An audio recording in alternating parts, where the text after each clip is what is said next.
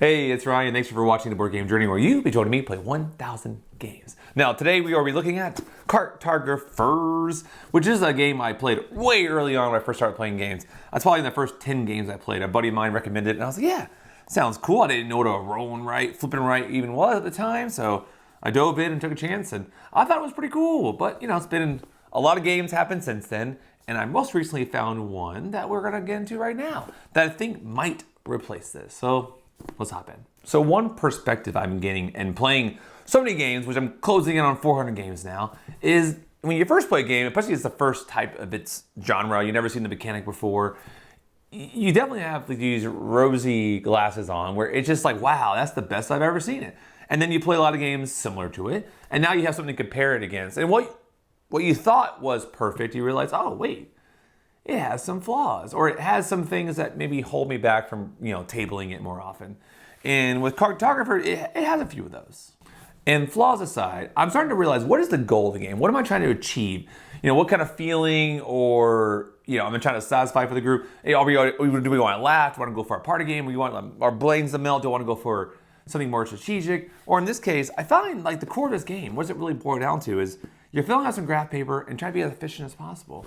So I just found, after playing a lot more games, I find some that just achieve this in an easier package that I can just show anyone, and we can kind of check that box in terms of the feeling. For those who never played Cartographers, let's give you like the 60-second rundown of kind of how it works. So the game comes with a nice pad of paper, because you need a sheet of paper per player.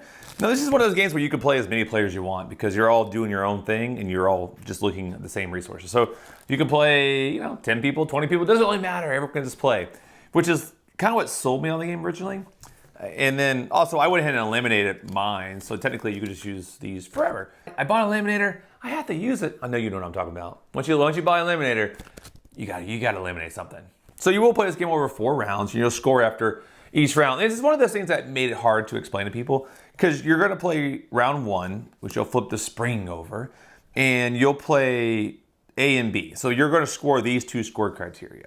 And then the next round you'll play B, C, so you'll score these 2, and then you'll play C, D, and you'll score those 2. So if you think about it, each round you're kind of playing at least one thing you already did. So if you know you're doing A, B, and you're immediately doing B, C, you might want to prioritize the B, because you're going to at least score it twice. And at the end, you'll score A, D. So maybe your first round, you don't score A as well, but you're going to score it again later on. So you might prioritize a little bit of A. So in the last round, you could score it really well. But the concept is very hard to tell people about. So this is the first sticking point that I found when I was trying to explain to new people. Yeah, once you play it, you get it. I'm sure some people out there are like, yeah, it's obvious, right? But to new people, this is a little bit of a challenge. How the game works is you'll flip over these cards here, and they let you know what shape and color they can be. In this case, I can draw this L shape, which 4 blocks, and I can either do it in green or yellow. Why would I choose one of those colors? Well, it's depending on which score conditions we're scoring right now. In this case, A and B. For A, I score 2 points for every blue block next to one of these mountain spaces. So if I have a blue block, say here, for instance, it's scoring 2 points. If I have a yellow next to it, it's scoring 1.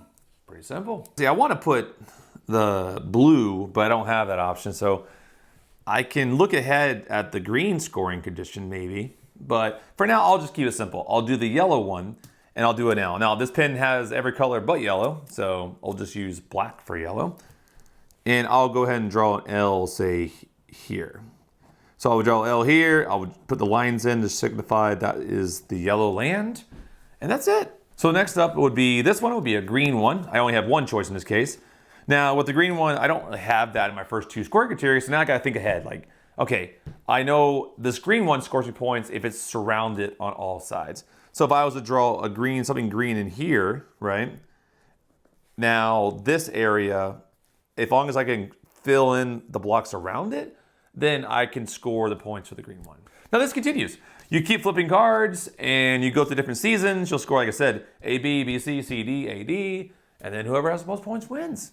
And that is the super high level summary of Cartographers, and that kind of brings me to my core feeling. Despite all the different rules, and you're trying to do A, B, and C, and you're trying to be clever and look ahead and all this stuff, really, I'm just trying to puzzle out, how can I take these little Tetris pieces and put them into my box that is efficient as possible? Especially this card here, where I get points for filling in a complete row or column. That very closely relates to my next game, which, you know what?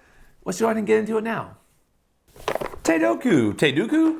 You let me know which one's right. This one is funny because I think most people say like different roll and writes because you're literally rolling dice and you're using the dice, the different shapes of the dice to fill in the board, or you're flipping cards and the cards tell you what to write on the board. When this one, you literally roll a dice and you flip a card. It's literally a roll, flip, and write.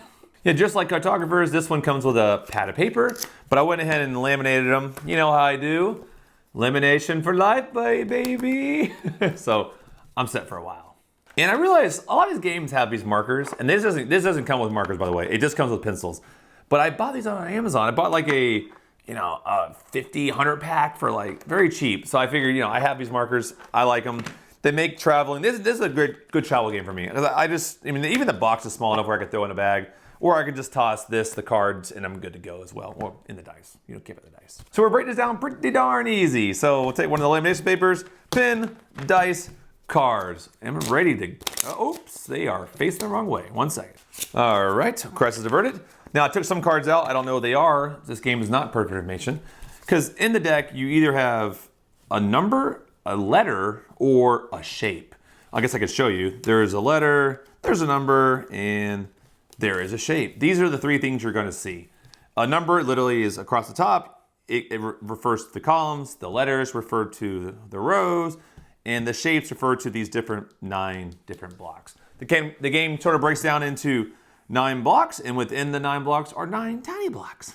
How you score in this game. In the large 9 blocks, if you completely fill one in, I usually always just dot it off here. You'll get 3 points for each one filled in.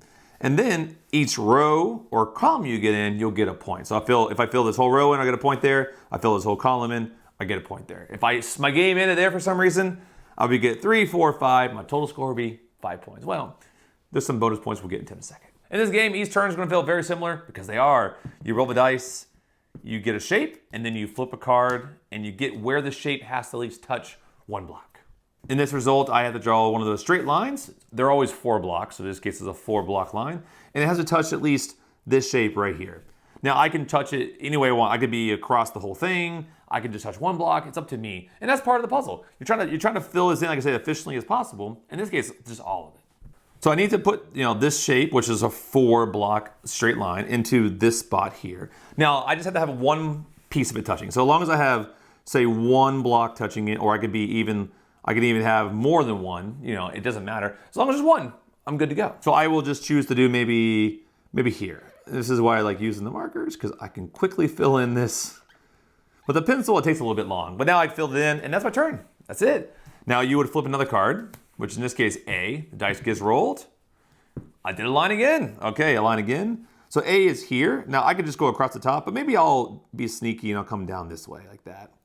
So now I touched 1 with 1 block, but I kind of cover down this way. We'll do 1 more because this is so easy. Now it's 2, and I have to do that shape. So 2 is this part here, but maybe I want to like fill this part in here, like that, right? I'll fill all those in, kind of fill that gap in, and that's it. That's Tedoku. Really, pretty simple game. The one part I left out of these bonus squares here, you can, at any point, you can use one of these on your turn as a single block, like a double line or square, 4-block square. If I can just check them off and use them if I don't want to use the dice roll.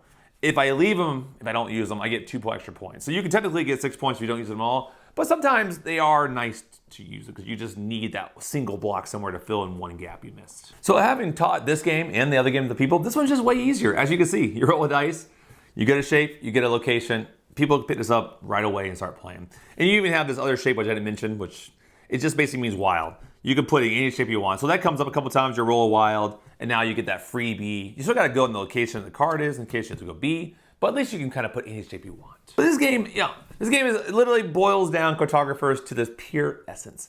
I feel like with cartographers, I'm always trying to be as efficient and trying to fill it in the best I can. And this is literally that puzzle. You're constantly kind of weighing the benefit, okay, leaving shapes and leaving opportunities, because sometimes it's risky to fill in a whole thing if you haven't seen that shape yet.